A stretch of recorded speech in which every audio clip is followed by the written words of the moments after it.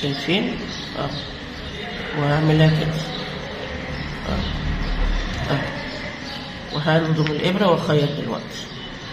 ماشي خلصته كده اهو، وركبت السوستة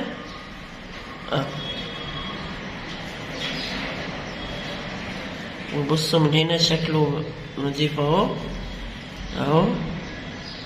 نفس اللي بعمله هنا هو اللي بيتعمل في الشنطة بس بشكل مصغر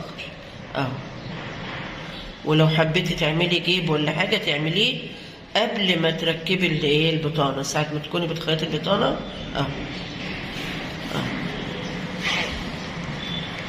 بوك صغنن وجميل، يعني يعتبر شنطة بس على صغير.